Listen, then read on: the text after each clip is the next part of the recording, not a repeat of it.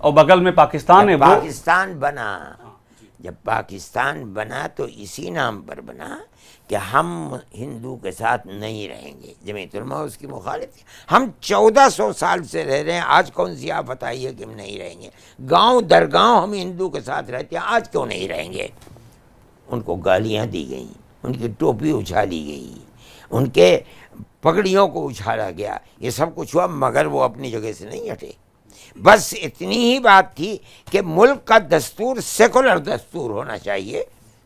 गांधी जी ने माना, नेहरू जी ने माना, मुल्क का दस्तूर सेकुलर दस्तूर हुआ। हम कांग्रेस के साथ हैं, कांग्रेस से हमें यह दस्तूर दिया। आज उस दस्तूर के खिलाफ मुझे हैरत होती है कि जिस दस्तूर के अंदर प्यार और मोहब्बत थी, मुल्क की क़यादत की चोटी पर बैठे हुए लोग नफरत फैला रहे हैं। मुझे इससे तकलीफ है। तो ये क़यादत इस समय वाली क़यादत है, उनकी बात कर रहे हैं आप, जो अभी इस समय है सत्ता में, उनकी आप बात कर रहे हैं। तो अब आपकी उम्मीदें क्या हैं? आपने कांग्रेस से अब आपकी उम्मीदें, आपने एक इतिहास में माझी बताया मुझे। मैं ये बात कहता हूँ कि बीजेपी को अपनी सियासत के रुख को बदलना चाहिए। बीजेपी को वो तो पसमानदाओं के नजदीक जा रही है। नहीं, पसमानदा क्या चीज़ है। अरे भाई, जुल्म होता है मुसलमान पर होता है, फिरका परस्ती की बुनियाद पर कहीं झगड़ा होता है, ये देख कर कत्ल नहीं किया जाता कि ये ऊंचा है या नीचा है। मुसलमान है इसलिए इसको कत्ल कर दो। ये बुनियाद खराब बुनियाद है। या तो बीजेपी को बदलना पड़ेगा। बीजेपी आए इलेक्शन के अंदर कहे कि हम तन्हा हिंदू के वोट को नहीं, हम हिंदू और मुसलमान दोनों के वोट को लेना चाहते हैं।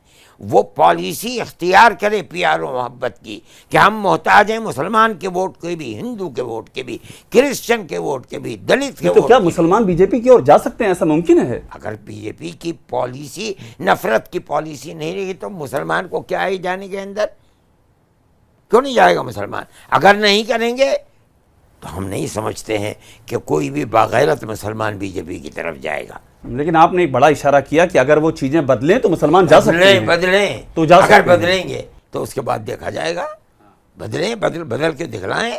यानी ये कहें कि हमारी जो सियासत थी आज तक, जिस पर हम इलेक्शन लड़ रहे थे कर्नाटक में, वो गलत सियासत थी। गलत सही सियासत ये है कि हम मुल्क के अंदर इक़्तिदार को चाहते हैं और तमाम लोगों की सबका साथ, सबका विकास। ये तो कहते ही सबका साथ, सबका विकास कहते हैं, लेकिन अमल तो ये नहीं है।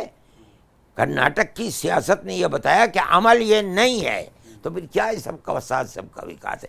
करें इसको तो यकीनन हिंदू भी जा सकता है, दलित भी जा सकता है, मुसलमान भी जा सकता है। मुस्लिम रिजर्वेशन भी एक बड़ा मसला है। आप दूसरी कांग्रेस ने कर्नाटक की बात की आपने, आप फिर उसी तरफ चल। कर्नाटक का आपने जिक्र किया इसलिए मुझे याद आया। मेरी बात आपसे खत्म हो गई। 5 मिनट की बात थी, 15 मिनट से ज्यादा हो गए, खत्म हो गई बात। अब आपको फिर किसी मौके के ऊपर हम आएंगे। अच्छा, एक आखिर में अपना एक संदेश दे दीजिए, चूंकि इंतखाबात की ओर देश जा रहा है, जमीयत का बड़ा नाम है, लोग बड़ा जमीयत को ध्यान से सुनते हैं।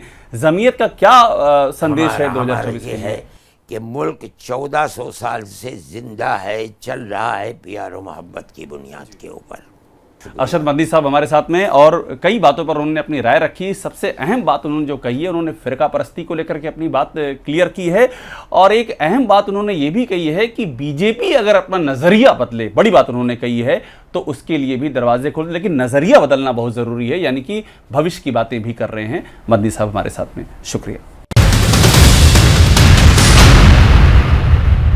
जैसे ही घड़ी का काटा दोपहर 2:30 पे आए, बबीता जी का दिल सास बहू साजिश के लिए मचल जाए। और ये है इनकी बहू, पूरे दिन ऑफिस की टेंशन हो जाए गॉन जब ये करें अपना फेवरेट शो फ्री टाइम पे ऑन। इनकी तरह आप भी देखिए अपना फेवरेट शो अपने टाइम पर और डाउनलोड कीजिए एबीपी लाइव ऐप अपने स्मार्ट टीवी पर।